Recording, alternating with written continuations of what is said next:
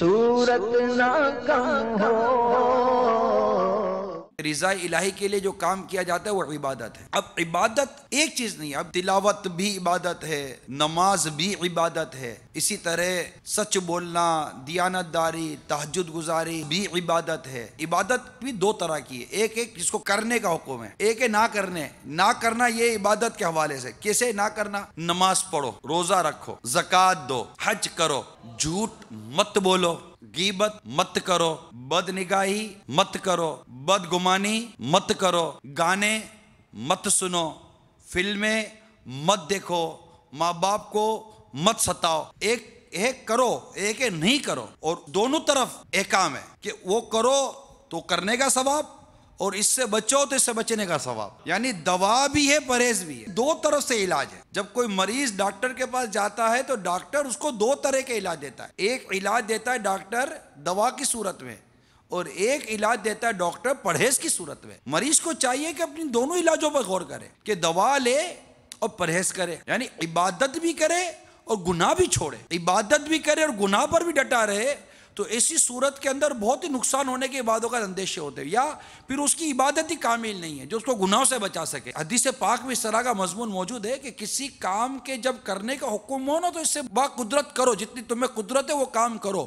اور آقا فرماتے ہیں مگر جس کام سے تم کو بچنے کا حکم دیا ہے تو اس سے بچو ہی۔ تو دونوں صورتیں حدیث پاک میں بیان ہوئی کہ ایک کام ہو جس کو تم کو کرنے کا کہا گیا تو طاقت پر تم اس کام کو انجام دو، اور جس کام سے تم کو بچنے کا کہا گیا ہے تو اس سے تو بچو ہی۔ مثال کے طور پر شوگر ہے تو اب شوگر کے مریض کو میڈیسن بھی دی جاتی ہے کہ یہ میڈیسن لیجئے، اور شوگر کے مریض کو کہا جاتا ہے میٹھی چیز سے بچیے۔ دو علاج ہو گئے نا، دوائی تو لے اور ساتھ ہی وہ میٹھی چائے پینا تو بڑی دور کی بات ہے، چینی کھا جائے اور اس سے شوگر کی چیزیں کھا جائے تو وہ دوائی فائدہ کہاں پہنچائے گی؟ تو ہمیں بھی دونوں طرح کی عبادت پر توجہ دینی ہے کہ ہمیں نیکیاں بھی کرنی ہے اور گناہ سے بچنا ہے، کہ گناہ سے بچنا بھی تو نیکی ہے اور بہت افضل نیکی ہے یہ۔ یعنی اگر میں نماز تو پڑھ رہا ہوں لیکن اگر میں کسی موقع پر جھوٹ سے بچ کر سچ بول کر نکل جاتا ہوں تو الحمدللہ میرا جھوٹ سے بچ کر سچ بول کر نکل جانا یا جھوٹ سے پرہیز کر لینا، اس پر مجھے ثواب ملے گا۔ میں جہاں بیٹھا ہوں وہاں غیبت کرنے کا موقع ہے، غیبت کرنے کا جی چاہ رہا ہے، مجھے بولنے کا جی چاہ رہا ہے کہ میں بولوں،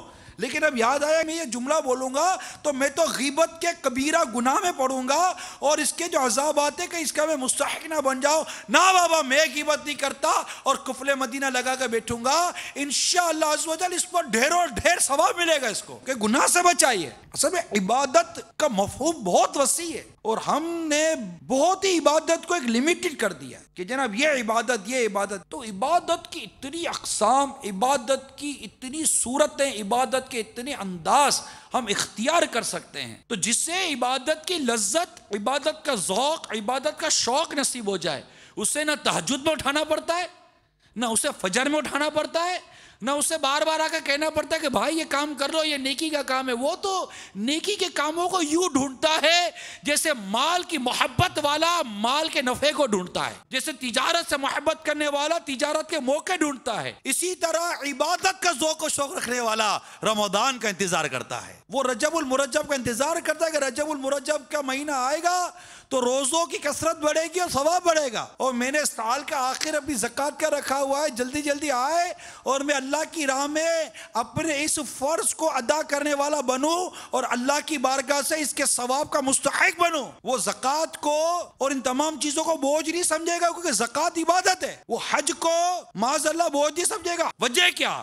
اس کو اس عبادت میں لذت ملتی ہے۔ میرے آثار کا صدقہ الہی،